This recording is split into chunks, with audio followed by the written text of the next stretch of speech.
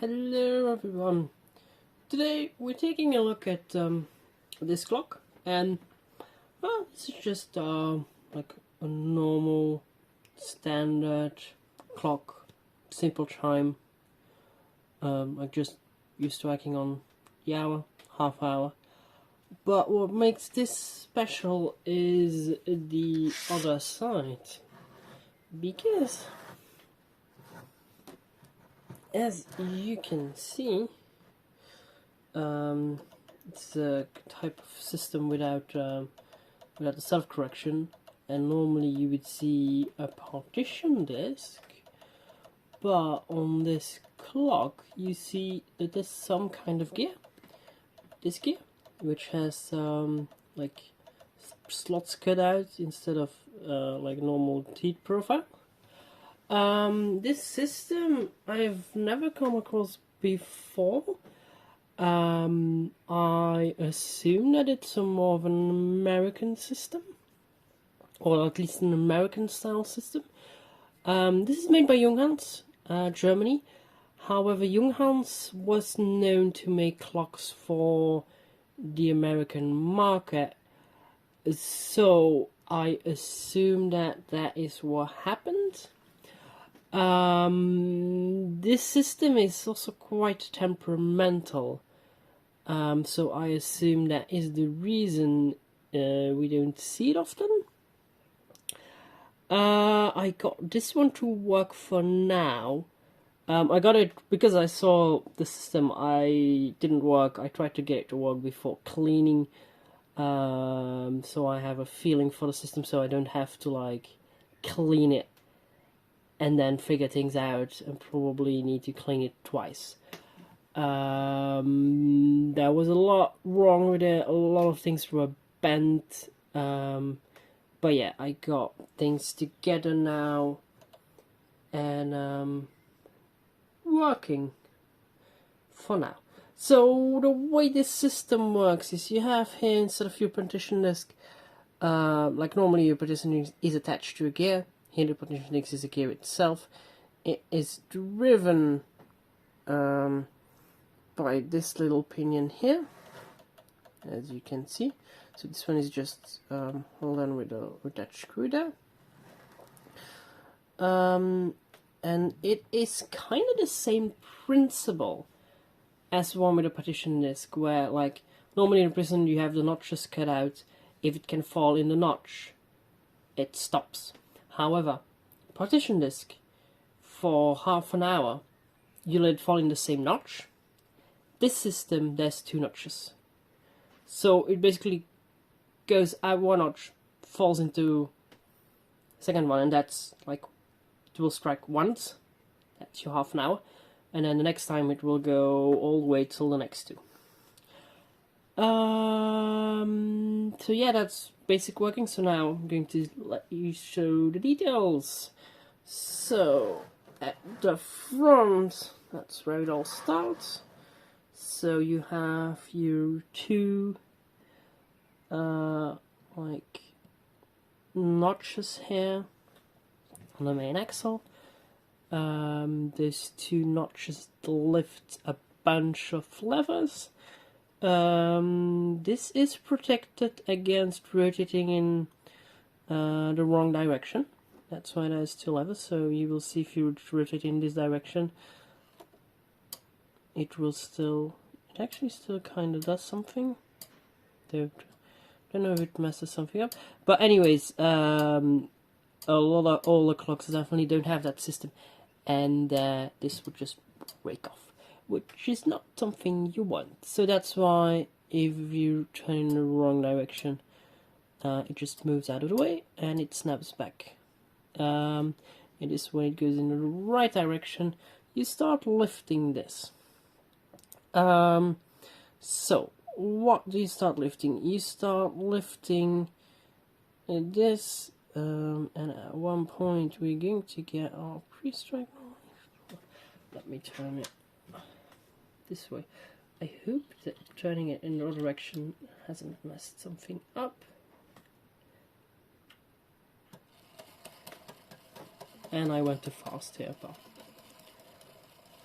Let's do that again.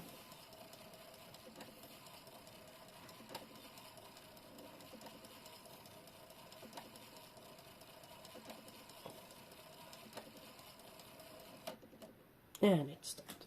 So we're going to lift this, and then we're going to see our pre-strike. So what happened now is we lifted this basically conical pin, and on the other side is another axle that set the movement free, but then we bounced it, we stopped it with this lever here. So that's the pre-strike.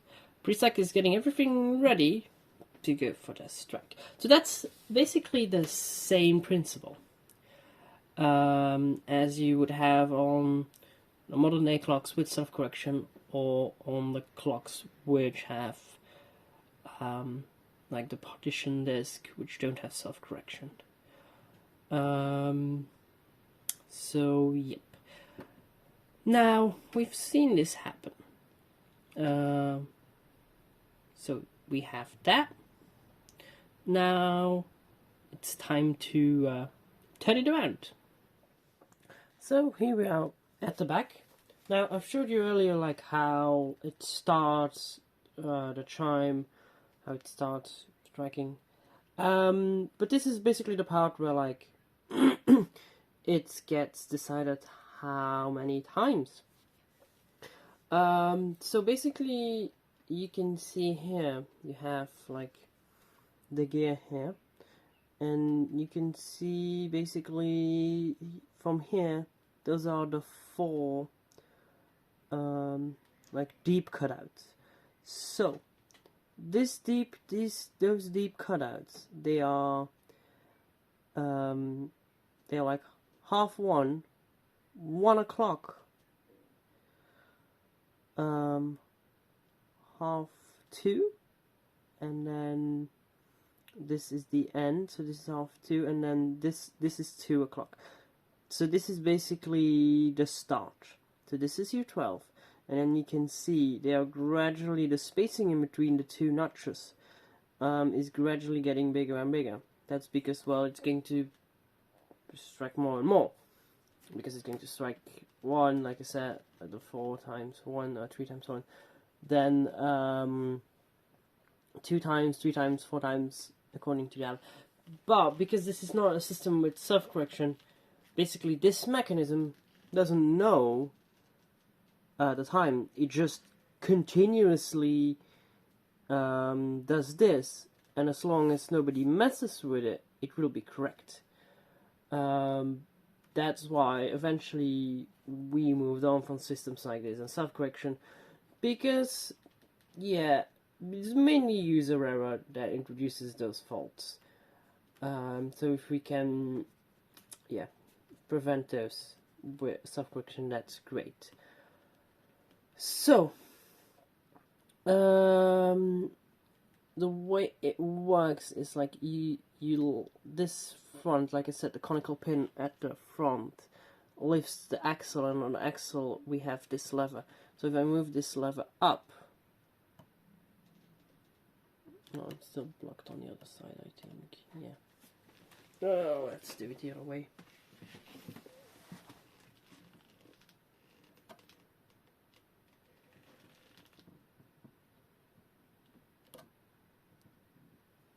Yeah, like I said, system's temperamental. So you could see it struck half an hour there. So if I lift it up again, now we have our hours. And as you can see here, you have like a little thing on the axle, and the little like curved blade will hit that once it can fall. So you can see this hit. So this stops it basically. So what it basically does under here, you can see there's like the white like the white grease on there.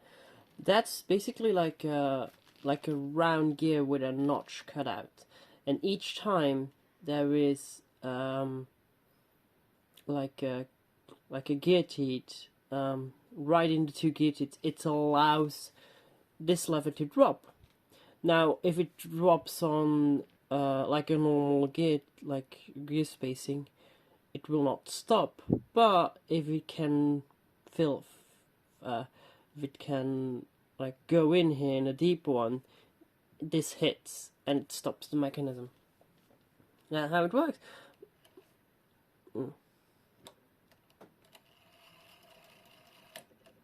As you can see, without a pre-strike, it doesn't work. It needs to be in a specific state. Okay. If I lift it up high enough, so you can see every time in between the teeth, you can see the lever falls, and it will do that until it can fall into like a deep cut. Because when it falls in a deep cut, this blocks it and it stops the mechanism, and it's all ready for the next time. The problem with a system like this is that everything that you adjust, everything at the levers at the back and the levers at the front, every adjustment you make messes up the other adjustments you make. Because like those levers on most clocks, they are sturdy, they are made of brass. This is just like a flimsy like basically like sheet metal, and that allows you to like bend them into place to adjust them. But because everything has effect on each other, because it's basically like one continuous system from here to here, like if you bend something here, then this gets a little lower, and yeah, it is a very temperamental system to like set up. But now that it works, it seems to be working okay. So yeah, that is this system. For the rest, well, this is a normal clock. You have like your suspension spring, that it's a bit I wouldn't say odd, but it's a bit of an older style. It's not a replaceable one, like not easily replaceable one. But for the rest, it's a pretty yeah, pretty classic clock. You have like here the star gear that drives everything.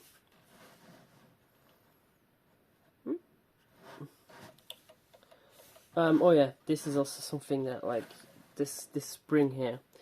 I'm pretty certain that was not original.